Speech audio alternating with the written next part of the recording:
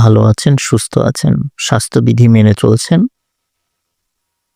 Listener, আজকে আমি যে ঘটনাটি আপনাদের সাথে শেয়ার করব, এই ঘটনাটি একটি হসপিটাল কেন্দ্রিক ঘটনা। আপনারা অনেকেই হসপিটালের ঘটনা শুনতে চান। আমি আশা করব আজকের ঘটনাটি তাদের অনেক অনেক ভালো লাগবে।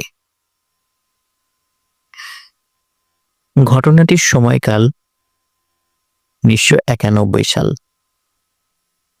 ঘটনাটি আমাকে যিনি দিয়েছেন ওনার নাম হচ্ছে রোমানা রেজা। ওনার বাড়ি পুরান ঢাকার ওয়ারীতে। ১৯৯১ সালে উনি ঢাকা ইউনিভার্সিটির ইংরেজি ডিপার্টমেন্টে পড়তেন। উনি খুব সাহসী একজন মানুষ ছিলেন।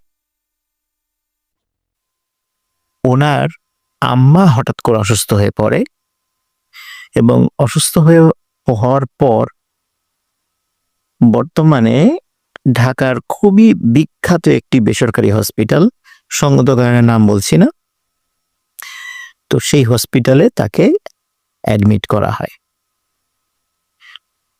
এই হসপিটালটি তখন ছিল ৩ তলা বিশিষ্ট এবং সেটা ছিল ইউ আকৃতির। আপনারা অনেকেই হয়তোবা বুঝেও থাকতে পারেন, কিন্তু তারপরও আমি নামটি বলবো না। এই হসপিটালটি নিচ তলাটায় বারান্দা ছিল, উপরের দোতলায় কোনো বারান্দা ছিল না।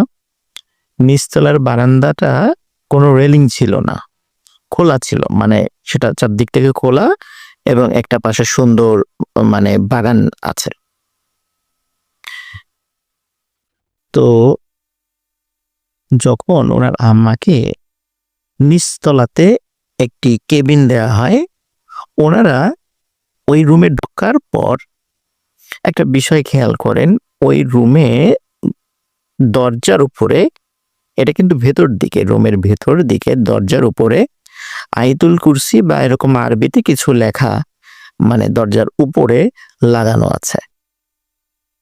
এটা হসপিটাল কর্তৃপক্ষ লাগাতে পারে, অথবা কোনো রোগী সেখানে এসেছে তারাও সেটা লাগিয়ে যেতে পারে, এটা যে কোনো কিছু হতে পারে।